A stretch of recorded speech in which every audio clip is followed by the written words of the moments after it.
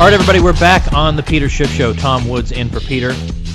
Great pleasure to be joined now by Dan McCarthy, who edits probably my favorite print publication in the whole world, which is the American Conservative magazine. Now, I am a contributing editor of that magazine. That's not the only reason that I like it so much, but I think in the interest of full disclosure, I should mention that. But I have been reading Dan's writing for years and years. I always learn something from him, and I think some of the best analysis of the election and what's likely to happen, what's going on within the GOP, what's going on in the Romney campaign has come from the American Conservative website. It's theamericanconservative.com. This is not the Weekly Standard or National Review. Like, this is something that has some remote connection to conservatism.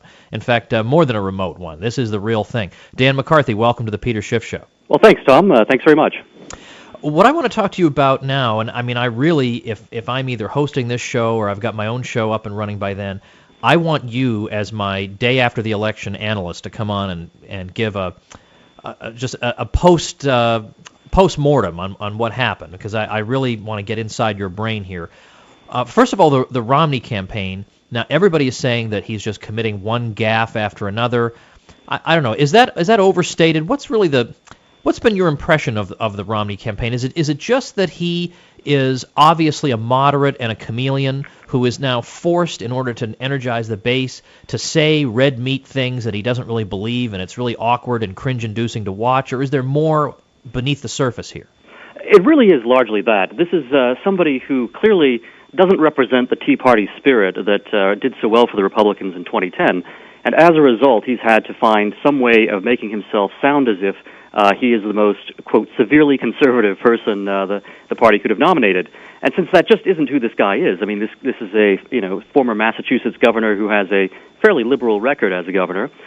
He's wound up having a lot of gaffes as he's tried to really energize the base and make it sound as if he's someone who is going to be, the next Ronald Reagan or someone even more conservative than that. So it's a desperate attempt to play a role that really he isn't cut out for. Now, in private conversation, you were saying that the GOP may actually lose the Senate, and it could be due to Romney's own errors. Can you flesh that out? Yeah, I mean, before Romney won the nomination, it was almost certain that the GOP was going to pick up the United States Senate. And over the course of the campaign season, that has become very doubtful. I think the most recent polls suggest that the Democrats probably are going to hold on to control of the Senate. It's still in dispute. It's still something that could tip either way.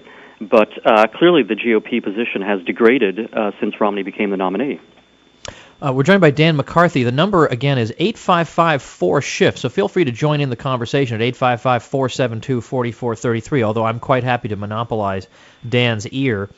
Why is the GOP constantly doing this? It's not like Romney has done a whole lot of things that we couldn't have predicted that he would do. It's not like there are things coming out about him that we didn't already know that could be exploited by Obama. Why do they keep doing this? I mean, apart from the remote possibility that they're trying to throw the election, which I don't buy, why do they keep serving up McCain, Dole, and now Romney? Why are they doing this?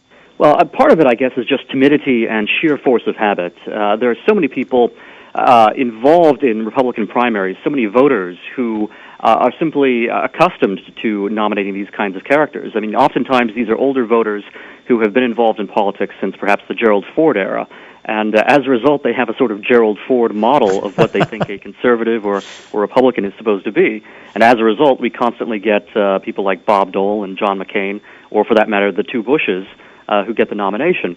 Beyond that, I think there's this timidity where, for a long time, the party has refused to grapple with the foundations of its principles. And you see that the party actually gets pretty resentful when someone like Ron Paul, or for that matter, Pat Buchanan, starts bringing up difficult questions and asking the party, what does it really stand for? Where is it really coming from?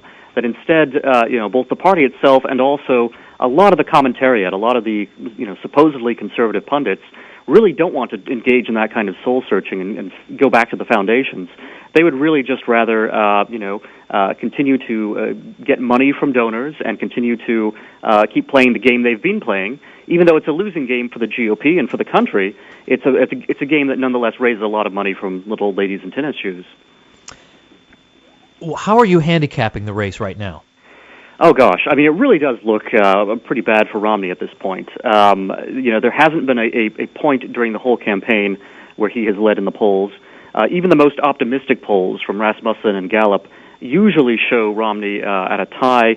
Occasionally one of those polls will give him a small lead, but the overall averages have been against Romney the whole time. So, I mean, I think it's, at least a two-thirds possibility that Obama's going to get reelected, which is really a shocking thing and a shame because, if ever there was a president who didn't deserve to get reelected and who could easily have been knocked off by a credible candidate, it's clearly Obama.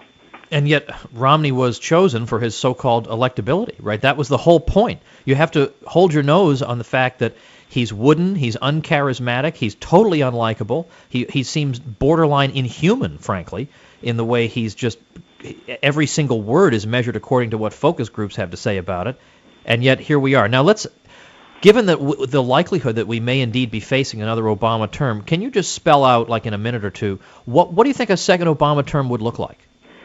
I actually don't think a second Obama term will be as bad as many conservatives are predicting, for the simple reason that as long as the Romney campaign doesn't completely disintegrate and cost the Republicans the House, I think we'd be able to block most of what Obama would want to do in a second term.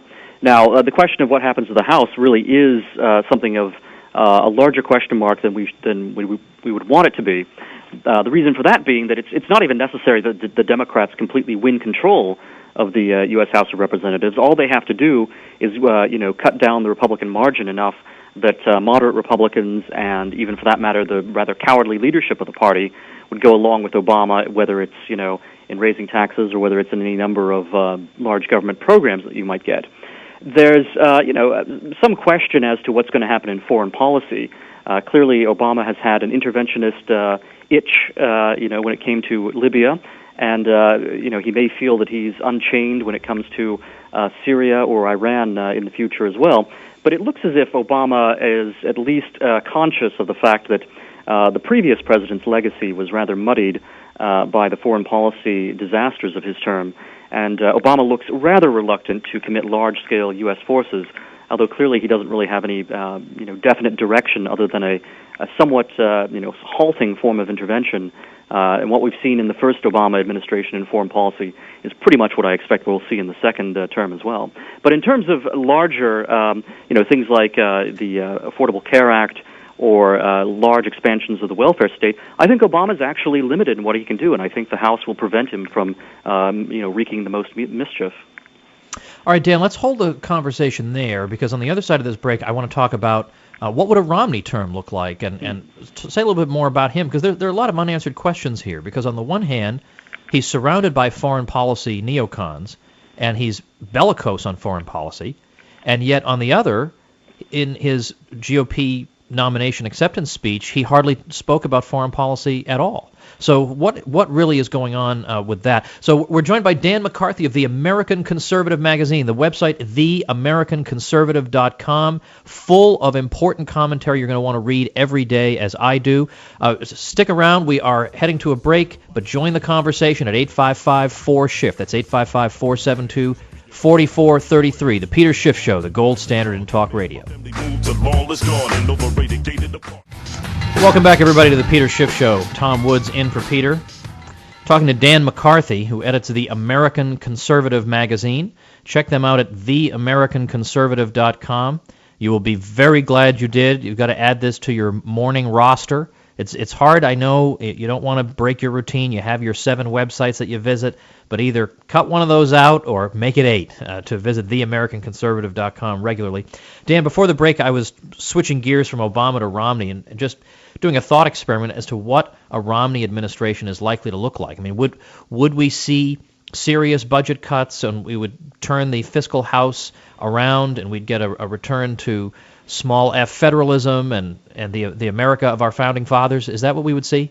Well, almost certainly not, unfortunately. And we can say that with some confidence because you can look back at the historical record and see what has happened when you have a Republican in the White House. And what you actually see is different from what you expect and from what the media has led us to believe. It's funny because both the sort of pro-Republican pundits and also the anti-Republican pundits, the liberal mainstream media, like to emphasize the idea that guys like Paul Ryan or Mitt Romney are these sort of Ayn Rand, government-slashing, hardcore libertarians or something.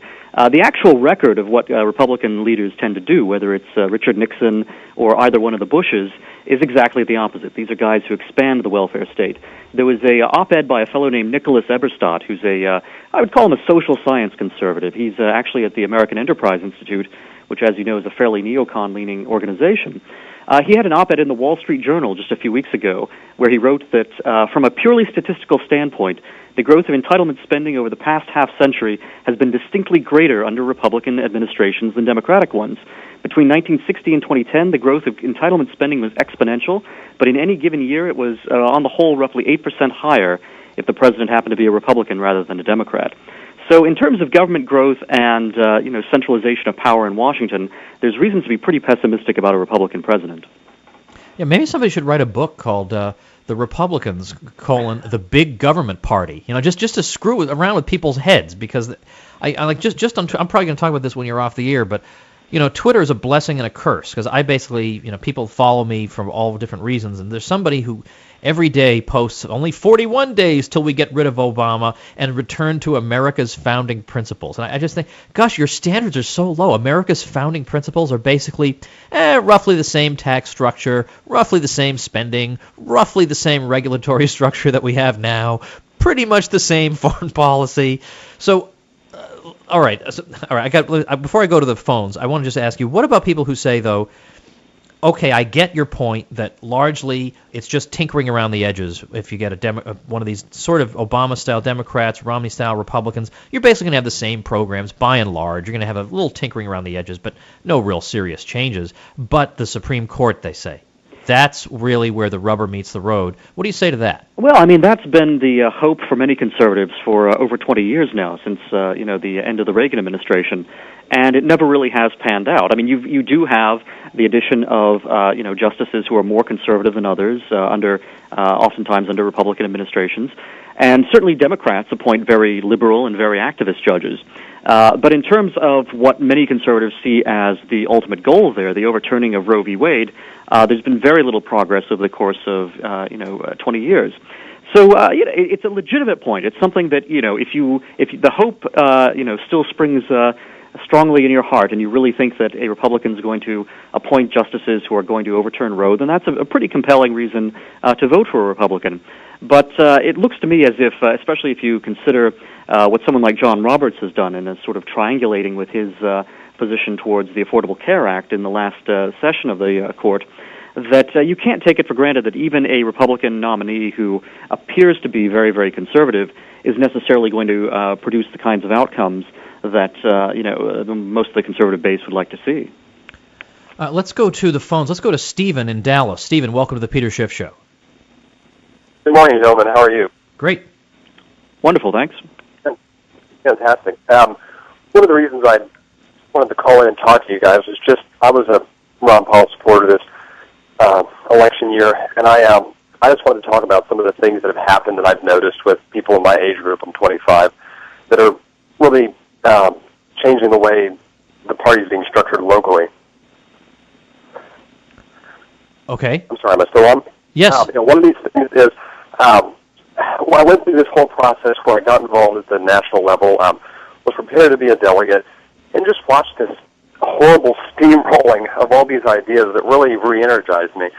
And I really think that there's not going to be a whole lot of progress, at least with the younger libertarian-minded Republicans, until the party's able to sit down and say, you know what, these are ideas that we need to embrace, not just toot our horn at. I mean, with Paul Ryan recently making a statement that voting for Ron Paul or a third party is going to be supporting Obama somehow, this is ludicrous. I mean, there's no better way to alienate my age group than to just throw us under the bus. It's true. I mean, exactly as you say, not only are, the Republican establishment pretty bad on this to begin with, but they don't even understand why Ron Paul supporters and why principled conservatives who are not simply partisans are so turned off by this kind of rhetoric and this attitude from the party. And really, until the party, sort of gets down to earth and understands where the grassroots are coming from, you're going to continue to have these disasters. I mean, that's how we've got Romney, and that's how we got, John McCain in 2008. The party just fundamentally does not understand the principles of its own base. Thank you, Stephen. Dan, we've only got about a minute that I can give you to talk so that I can wrap it up. But, we see that big map where we've got red in all these counties and then only a few blue counties across the country. So it gives the impression that Republicans totally dominate. Is that do the Republicans maybe have a false sense of security as to how dominant they really are in the country? I think so. I mean, it's unfortunate, but people tend to prefer reassuring folk tales or myths instead of, sort of hard political analysis when it comes to elections. And so, George W. Bush was reelected in 2004 by, I think, the smallest margin since the 19th century, since around 1828, in terms of the popular vote. So it was really a squeaker of an election.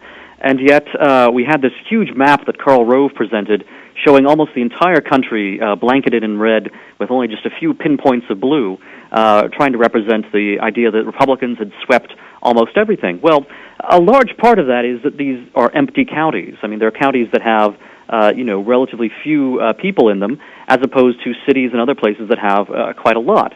And so the idea that you're simply, winning a landmass is not the same thing as winning actual human beings who are the voters and who are supposedly the sort of source of sovereignty in this country. It really does come down to human beings and not simply to territory on a map.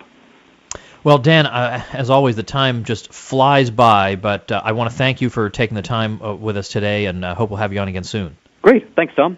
That was Dan McCarthy, everybody. He's with the American Conservative magazine. He edits it, theamericanconservative.com. And as I say, this is not just something that they update it like every 3 weeks with one curmudgeonly piece. I mean, this is just cutting edge, top notch political analysis, but also literary stuff. I mean, it's the whole picture. It's not just who's running in this race and who's doing this and that. This is the old style conservatism before the neocons took it over. So it's very much worth your time, highly worthwhile, very talented and smart people working over there.